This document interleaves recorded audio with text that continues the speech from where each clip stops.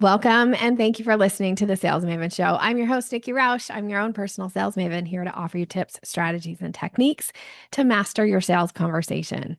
All right, here's a question for you to get started.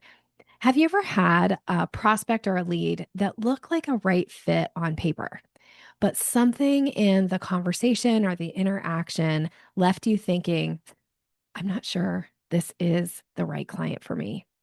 Maybe like they had the budget for what you did, they have a need for what you do, the timing it works, but yet the way they talk about business or maybe the way they talk about people or the outcome they want, it just feels out of alignment with how you work. So a client reached out to me recently and asked if I would record an episode or if I had recorded an episode around this topic. It was about how to reply to somebody who isn't a good values fit. So, in her words, everything else looked okay, but there was a clash in values. And she wanted to know, how do you respond in those situations? So, I love this because it's such a thoughtful question, and being prepared about having a response ready in these moments is really what's going to keep you resilient. It's going to keep you confident that you can kind of handle anything that comes up. You're ready for it because you already have thought about it ahead of time. So, this episode is really to give you some ways to think about value alignment with prospective clients, how to know like when somebody is a good fit, and also to question yourself when you're not sure if they're the right fit. Like, what are some questions that you might ask? And then, of course, what's some language that you might use once you've decide this really is out of alignment for me. So I want to bless and release. You probably heard me say that before. It's something I talk about a lot. Like, it's totally okay to bless and release. Now, in this episode, I also do want to talk about that there is a difference between a moment of discomfort and real misalignment, right? When values clash, what does that actually look like in business? And then, of course, how do you gracefully decline someone who's not a right fit? So, let's talk about this idea that not every qualified lead is the right fit. So, one of the traps in sales is thinking that a lead automatically equals a right client, right? Just because they've got the timing or the budget or like they're willing to say yes, that may actually end up costing in the long run, right? Like, if you've ever had that experience of working with somebody that the whole time you're thinking to yourself, oh, like, oh, I dread getting on calls with this person. I dread the way they communicate. Like, I just feel like it's just this huge energy suck or drain. And you kind of wish you had never said yes to that person. Like, I know I've had those experiences. I try to avoid them so much. Every once in a while, something might slip through. But overall, I would say in the last few years, I've gotten, maybe I should knock on wood, I've been pretty lucky about this and not having many of those types of situations. But we've all had them, and being prepared for them is really kind of the point. And, a healthy client relationship, it needs more than logistics. You need trust, you need respect, and you need alignment so that both people can do their best work, or the company that you're working for, um and because you understand the cost, right, of taking on somebody who just kind of like blows up your system, blows up the way you work, blows up your day, just like is constantly causing like disruptions and confusion and frustration in the business. Like, those aren't good clients no matter what their budget is, right? So we want to think about that. Um, so let's talk about, because there is a difference between discomfort and genuine misalignment, because sometimes you may find that a conversation makes you a little uncomfortable. So before you decide that this is the sign to walk away, I would say you want to approach that with a little bit of grace, because sometimes people are nervous. Some people are blunt. I have to remind myself all the time. Some people have never been trained in communication skills, and like Do you get how much grace are you going to give for that? And also sometimes people just don't understand your process or they don't understand the work that you do. And so it might feel like they're stepping on toes and it isn't necessarily intentional. It's like they just don't know better. So in those moments, you want to decide like, really, is that misalignment or is that just discomfort? And is that something that with a little bit of education, like we can work through that. Whereas a values clash usually shows up when trust, respect, or integrity starts to feel compromised. So when you feel like you're having to compromise those things, that is a clear sign of misalignment. And so you want to recognize those because you don't want to move forward. You want to like nip that in the bud as fast as possible. Um, but remember, like one awkward moment really doesn't tell you everything you need to know about a person. So instead of making snap judgments, you want to pay attention to patterns. Here are some questions that you might even ask yourself is, do I feel respected in this interaction? Because maybe it's uncomfortable, but if you feel respected, maybe that's not misalignment. Or is this person open to understanding my process? Like that might indicate, oh, they actually still could be a good client. Are they asking for support in a way that fits how you do business? Like, oh, okay. So maybe that awkward conversation or, that little place where I left feeling a little pinched by them, maybe I would give some grace there and it would still work. Or are you noticing a gap in understanding? Or really, is there just a real gap in values, right? Like we want to like give people grace if there's a gap in understanding.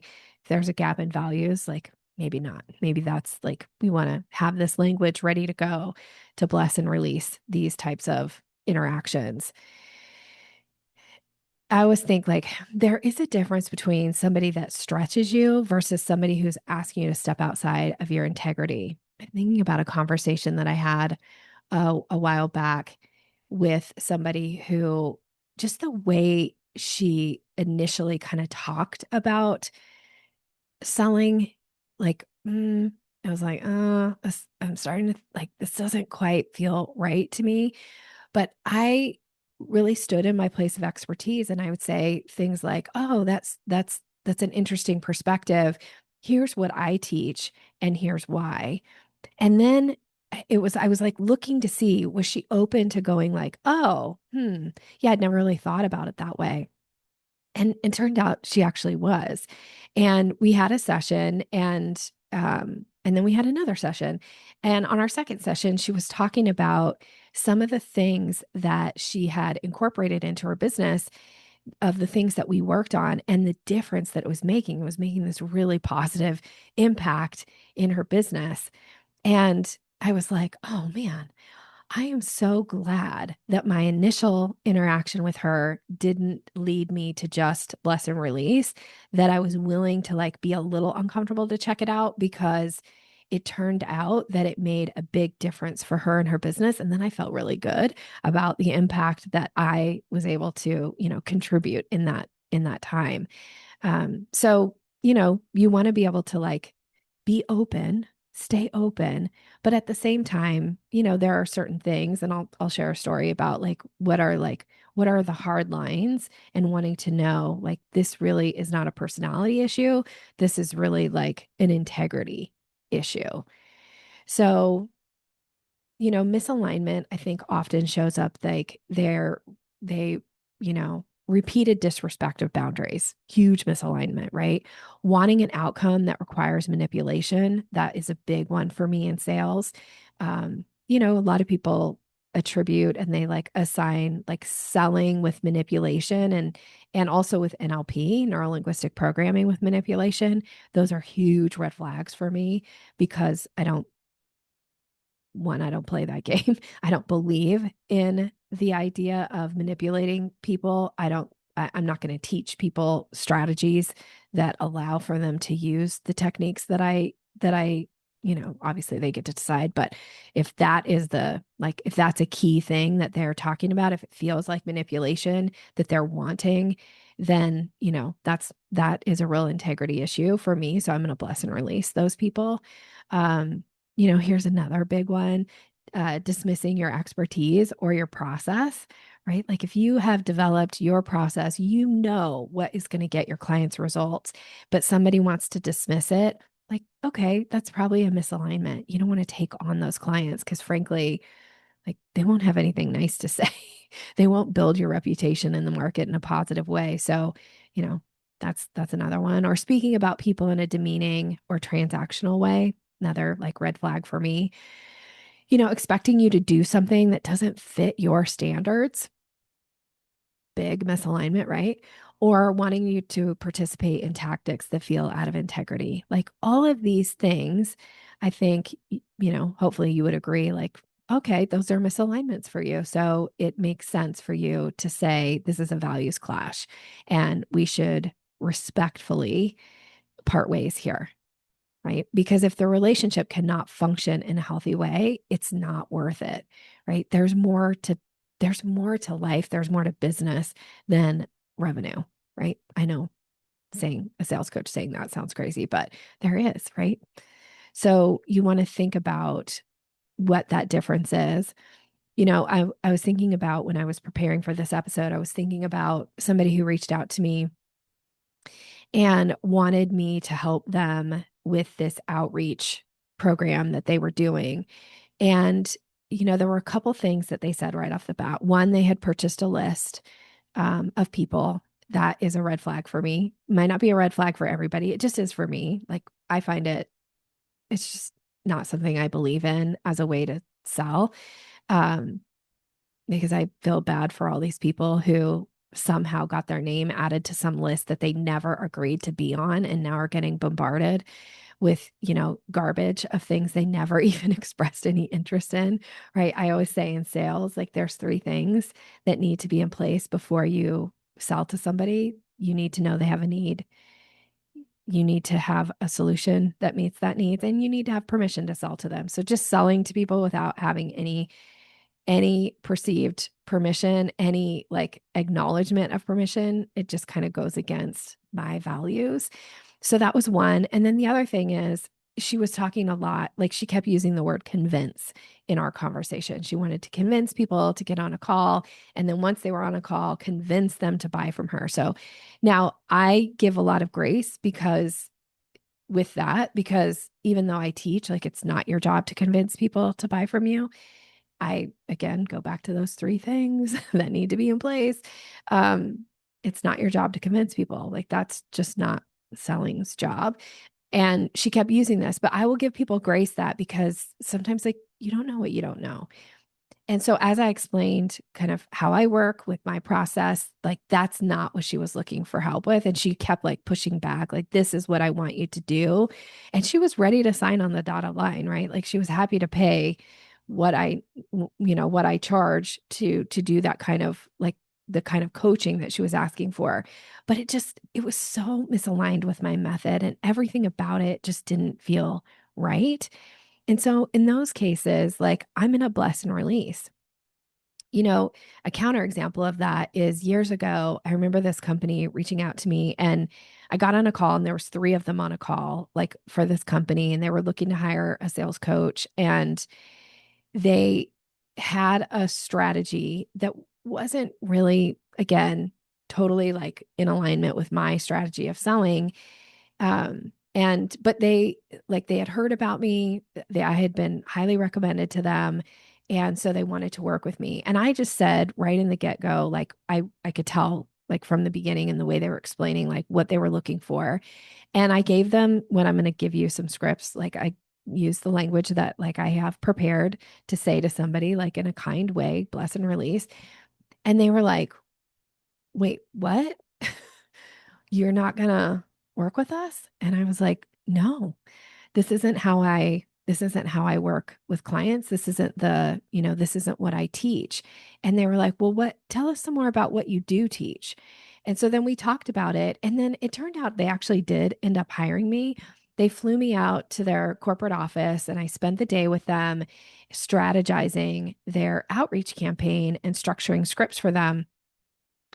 Now, again, it was very aligned with what I teach. And I remember getting into their office and being like, okay, we'll see how this goes because, they had a very clear, like what they wanted. But when I said no to them, they were like, well, we'll do your way. Like we still want to work with you. We'll do your way. And then when I first got to the office, I was like, oh, I'll see how this goes. And they kind of, one of them came into the conference room where we were working and said, yeah, but what about this other strategy? And I was like, yeah, that's not what we're going to work on today. This is what I teach and this is why I teach it. And they were like, oh, okay. We ended up having a great day. It was a fantastic client. Right. But sometimes, so I say that, I share that story also to give you maybe some hope that it's okay to say, this is my process and this is how I work. And if it goes against what somebody is initially thinking that they want to, or how they want to work with you, they may still actually go, oh, well, okay, well, we want to work with you, so we'll adjust. Like it happens. But also, with the first story that I shared, like as soon as I said to her, like, this is not in alignment with how that I work with clients. I wouldn't feel comfortable with this. It would, really go against what it is that I teach. So I'm just not the right fit for you. And, she was a little offended, frankly. And we got off the call and well, now I have a story to tell on the podcast, but I haven't really like thought about it. I didn't lament about it. I was like, okay, good.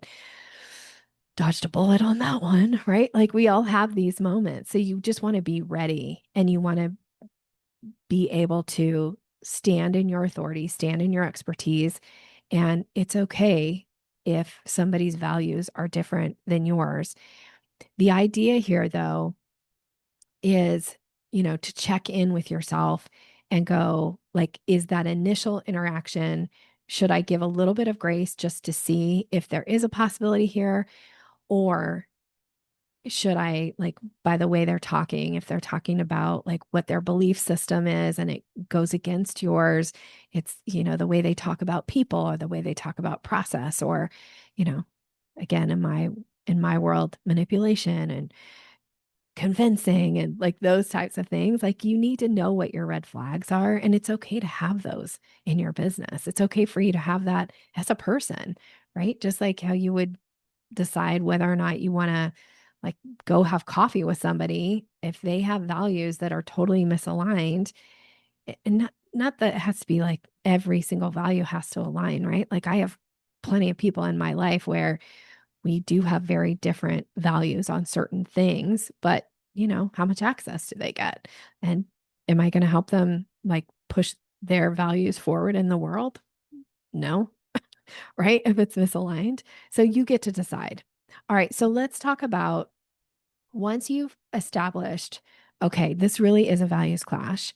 What are you going to say in those moments? And I'm going to give you a few ideas of some language here and the goal is for you to go, oh, I like that one and I'm going to write it down or I'm going to practice saying it or I don't like any of the ones Nikki gave, but here's what I would say in that moment. Cuz again, it's about you being prepared. The more you have these kind of things in your back pocket, it's like adding a tool to your toolkit because when you come up against something and you go, oh, I actually have a tool for that, then you're more resilient. You can handle those like it's water off a duck's back. It's not a big deal when something comes up because you're ready for it. And the idea here is what we're aiming for is clarity with kindness. So it isn't trying to make the other person wrong, right? And we don't need to spend a bunch of time explaining why our values are different. I always say the more story you give, especially when you're saying something that somebody may not agree with and or like, the more story you give, the more negotiable it is. So less story and just more clarity is really going to be more kind, but also is going to save and protect your boundaries a little bit more. So here are some possible responses. You might say something like, based on what you're looking to accomplish and the approach you want to take, I don't get the sense that I'm the right person to support you. My work is this is what I would say here. So my work is very relationship based, and I want to be respectful in saying that I'm not the best fit for this particular need. Bless, release. Okay. Here's another one you could say. After hearing more about what you're looking for, I can tell that the approach you want to use is different from how I work with clients. So rather than waste anybody's time, I just want to be candid about that and say, I'm not the right next step for you. A third option is I'm very intentional about, and then you insert what it is that you do. So for me, I might say I'm very intentional about the sales strategies that I teach. And I don't think my approach is the right match for what you're seeking, but I appreciate you reaching out. And I just want to be upfront about that now and just say, I'm happy to have met you and I wish you well. Bless, release. Okay, one more, and then we're going to wrap this up. You might say, after reflecting on our conversation, because maybe you needed to take some time to think about it, maybe on the first call, like you weren't quite sure, maybe you were a little stunned, you weren't like ready. It's okay to have this response later. And you could send this too in a message. You could also say this as well. So you might say, after reflecting on our conversation, I don't believe I'm the best fit to support you in the way you need. So I'm going to respectfully decline moving forward on this with you. And I wish you well. Bless, release. Okay. So none of this, like when you hear these scripts, it's not about attacking the other person. It's not about shaming them. It's not about, telling them why my beliefs are the way they are. It's not me having to explain my philosophy around sales. Like you don't need any of that. You just need to simply communicate like, this is not a right fit. And I'm going to honor that. That's okay. And I also want to remind you that declining the wrong fit client is not a failure in sales. It's actually, I think, a huge advantage. A lot of people think that a good salesperson should be able to work with anybody. I don't think that is actually true. I think a good salesperson actually knows how to recognize this person is a good fit. Again, they've got a need, they've got a want. I have permission to sell to them. Those three things are in place. And, you can add in like the values are aligned. A great business owner really understands that sometimes saying yes to things is going to create a relationship that causes a huge drain in their energy, in their team's ability to be productive.